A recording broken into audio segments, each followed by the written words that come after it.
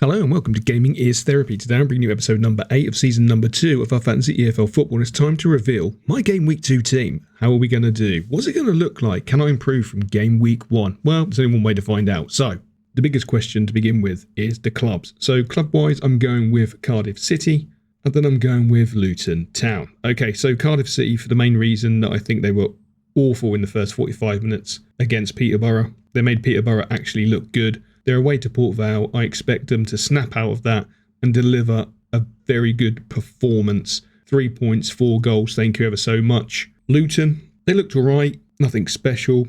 I think they've got more than enough to dispose of Peterborough, who didn't really impress me. I think they played a solid game, but they didn't really impress me. I feel it was more Cardiff not being at the races in that first half. Second half, it was a different kettle of fish. From a team POV, we're trying something different. Yep, we're going for a 2-3-1. We're going for a 2-3-1. The question is, who are the players? Well, first up, we have Tickle in goal. Look, he done me a job. They're playing Leyton Orient.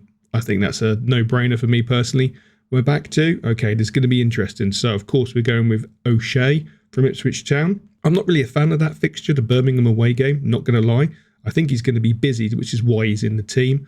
And I think he could do me some business. That's the only one at this moment in time still rumbling around in my head, living rent-free, a little bit like Mr. Kryptonite. Of course, next to him, we've got Gillespie, Makelele Gillespie. It's Charlton. I expect him to be busy against Watford. I actually expect Charlton to win that game. I know that's a little bit of a stretch, but I actually fancy Charlton to get a result. Perhaps a draw, perhaps a win's a bit of a stretch too far. Hopefully a 0-0, clean sheet, lots of blocks, lots of clearances, does a major job for me. In midfield, we're going with three absolute beasts. First up, Davis, Kayla, Dunn. Enough said. Do I need to say anything about him? He's fan-bloody-tastic. He's an all-round beast, and he practically plays as a striker. So Kayla Dunn is in the middle of the park.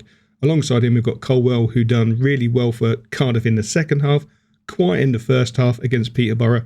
Second half stepped up, magnificent goal, may I add, and I expect him to be the catalyst for the game against Port Vale, and I expect him to give me some huge points returns. Please and thank you. Next to him, we've got George McCracken for Grimsby. Why is he in there? Interceptions. He got 4 in the first game. They're playing Harrogate. I expect him to pick up another 4. I'll be really disappointed if he does bloody not. Hopefully he will. It's a risk it for a biscuit move, so I'm taking it. I'm getting my bourbon. I'm dunking it. Up top, we're finishing off Ibra of League One. Salic. Yes, look, I'm keeping the faith. It's that simple.